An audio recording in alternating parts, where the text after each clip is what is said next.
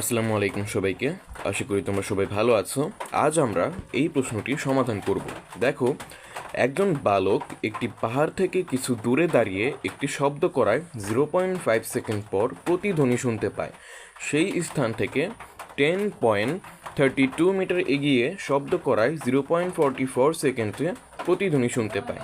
দেখো, গ নম্বরে বলেছে বায়ুমণ্ডলে শব্দের বেগ নির্ণয় করো। দেখো, আমরা এটা সমাধান করব।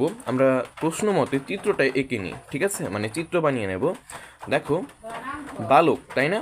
দেখো, একজন বালক একটি পাহাড় থেকে কিছু দূরে দাঁড়িয়ে একটি শব্দ করলো, ঠিক আছে। ধরো প্রথম মানে বালক তো একজনই, তাই না?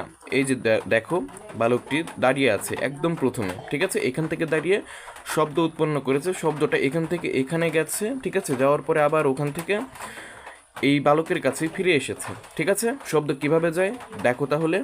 এই যে বালকটি শব্দ উৎপন্ন করার ফলে এই যে শব্দটা এইভাবে এখানে গিয়ে বাধা পেয়ে আবার এই বালকটির কাছে ফিরে আসবে, ঠিক আছে। আশা করি এতটুকু বেসিক বুঝতে পেরেছো। আবার দেখো, মানে প্রথম বালক মানে ওই বালক কিন্তু মানে বালক কিন্তু একজনই, ঠিক আছে।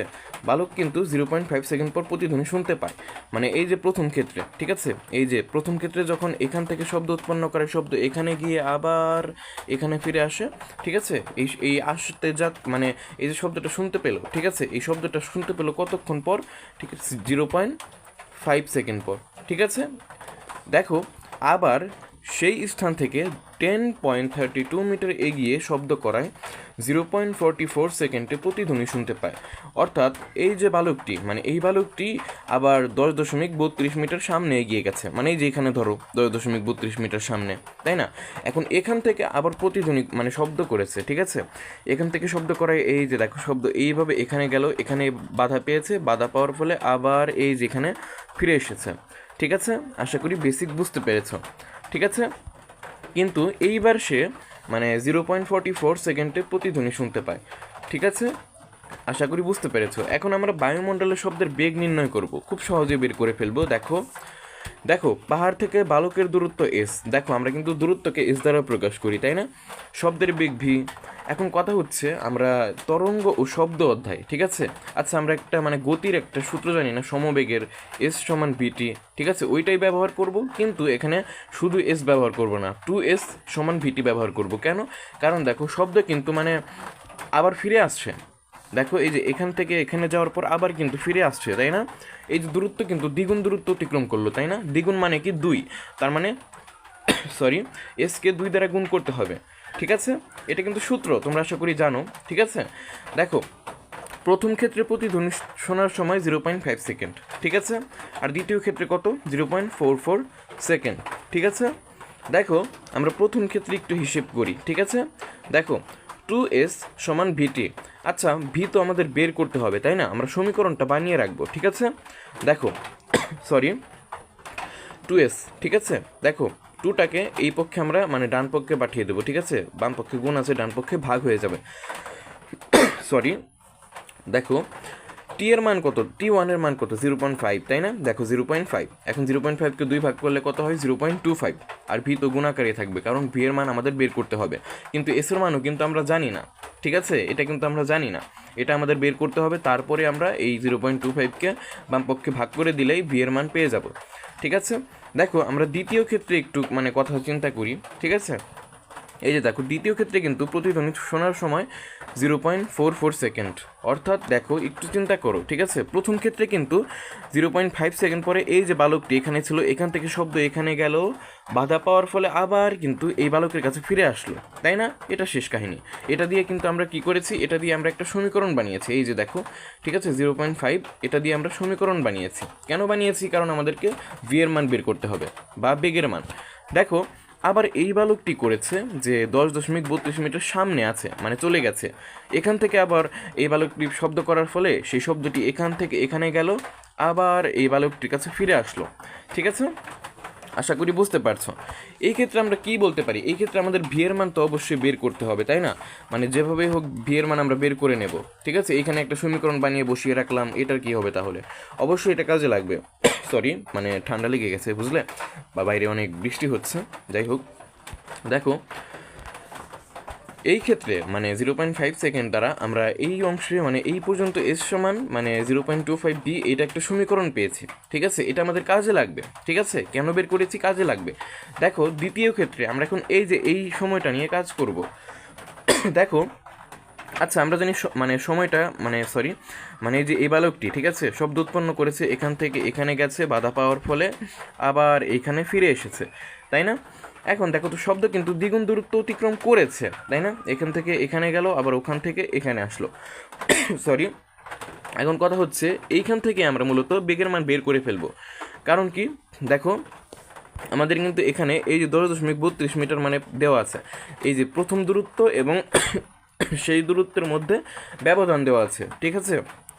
এই ব্যবধান দ্বারা আমরা মানে বেগের মান বের করে ফেলবো। কিভাবে? দেখো, আচ্ছা আমরা একটা সূত্র জানি, তাই না? প্রতিধ্বনির একটা সূত্র জানি, 2s সমান ভিটি, ঠিক আছে? এই যে এই সূত্রটাই 2s সমান ভিটি, ঠিক আছে? এই সূত্রটাই কিন্তু দ্বিতীয় ক্ষেত্রে আমরা প্রয়োগ করব, ঠিক আছে? দেখো এখানে 2 × s হওয়ার কথা, তাই না? সমান সমান ভিটি, বা টি এর মান হবে এখানে দ্বিতীয়টার ক্ষেত্রে, ঠিক আছে, T2 0.44 সেকেন্ড। এখন কথা হচ্ছে এই যে 2 × এর জায়গায় আমরা s-10.32 কেন লিখলাম? মানে এটা তো মানে যুক্তি না, এটা তো মানা যাবে না, তাই না? মানে এখানে তো শুধু 2 × s হওয়ার কথা, এই যে এটার মতো, তাই না? কিন্তু এখানে 2 × s-10.32 কেন হলো? এটাই হচ্ছে তোমার যুক্তি। কিভাবে? দেখো আমি তোমাকে বোঝাই, ঠিক আছে? তুমি যদি এখানে শুধু s বসাও তাহলে কিন্তু এখানে মানে দ্বিতীয় ক্ষেত্রের ক্ষেত্রে তোমার এই মানে সমীকরণটা ভুল হয়ে যাবে, ঠিক আছে? এই সমীকরণটার মানে কি, এখানে কি বোঝাচ্ছে s-10.32, ঠিক আছে? দেখো 2 কিন্তু আগের মতোই আছে, ভি, আর T2 মানে এটাও আগের মতো মানে নতুনভাবে মানে সুন্দর মতোই আছে, ঠিক আছে, এই যে এটার মতো।